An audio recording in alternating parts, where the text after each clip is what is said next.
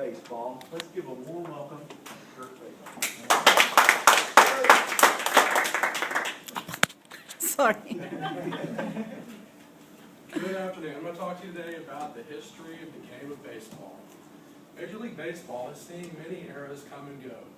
From the dead ball era of the early 1900s, in which pitching dominated the game, to the Black Sox scandal of the 1919 World Series, when players from one team were paid to lose games, to the Babe Ruth era of the 1920s, to the World War II era, in which players such as Ted Williams, Stan Musial, and Joe DiMaggio were stars, to racial integration in 1947, when Jackie Robinson joined the Brooklyn Dodgers, to the 1950s, which saw Major League Baseball move westward with teams established in Los Angeles and San Francisco, to the 1970s and 80s, which saw players who had been severely underpaid for generations were now extremely well paid for their services, and labor disputes and work stoppages ensued, to the 1990s, where the lure of big money drove players harder and harder to perform at their peaks, and steroid use became commonplace. Some players who once hit 10 to 20 home runs per year now hit 40 to 50. To the year 2011, when Major League Baseball drew 73 million fans to its ballparks. How did it all begin? Baseball has very humble beginnings.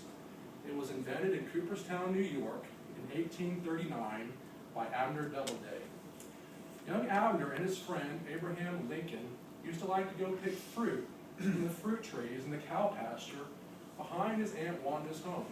They would each carry a stick with them on their way through the pasture, and upon reaching the fruit trees, they would jump up and poke at the fruit until a piece fell to the ground, where they would peel it and enjoy it. One day, Lincoln was jumping up and poking at the fruit, and a piece fell and hit Abner on his head, startling him. Lincoln laughed and laughed at this at his friend's expense, until Abner got up and with stick in hand began chasing after Lincoln.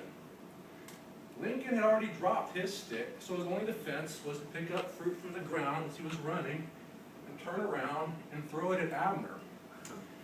Abner, not wanting to get hit by another piece of fruit in his head or anywhere else, would fight it off with his stick. Lincoln noticed that his friend had a particular talent for fighting off the fruit with his stick. In fact, he could throw a piece of fruit at any part of Abner's body and he would easily swing and hit it away. Thus began a game the two friends enjoyed playing. Soon they had lots of other friends playing with them too. A piece of fruit was hit high enough into the air it would break open when it came back down to the ground, and flies would congregate on it as they tend to do. This is how the term fly ball began to be used. They used fruit up until the day Aunt Wanda complained about not having enough fruit in her trees to make her apple pies and orange juice, and the modern-day baseball was designed as a result of this. With the new ball in hand, the men would compete to see who could hit it the farthest, and the winner would run home to Aunt Wanda's for a free, freshly baked apple pie. Soon the men began referring to their prize as a home run instead of a run home to Aunt Wanda's. Wanda eventually got tired of baking pies for the men, but the term home run remained. Initially, they didn't have leather bases to mark the spots where the bases go. They just had cows and cow patties. When one base got worn out, they would lead old Bessie on the field to make another one. The men liked having cow patties as bases because it would let you slide farther than anything else you could use as a base. Unfortunately, the players' wives didn't like this due to the increased time and laundry expense, and the modern-day base was designed as a result of this. Eventually, a league was formed, and the men would play games in Aunt Wanda's cow pasture every Sunday afternoon. Although still good friends, Abner and Lincoln now played on different teams. The league was very competitive. Some days Abner's team would win, and some days Lincoln's team would win. And that's the way it was for years until Abner stumbled upon a secret. Abner found if he mixed apple juice with lemon juice and drank it before a game, it would help him to play better. He could throw harder and he could hit the ball farther. Soon, Abner was leading the league in hitting, and he even broke the old home run record held by his friend Abraham Lincoln.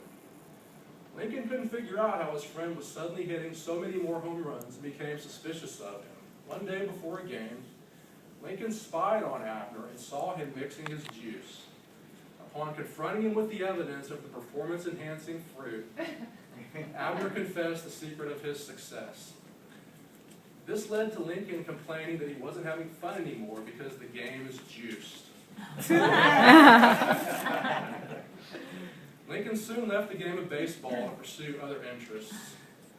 The league was forced to enact rules to prevent the mixing and drinking of fruit juice before games, and Abner was given a 50-game suspension to reinforce the point. As you can see, much has changed since baseball's early days, but America's love of its national pastime remains.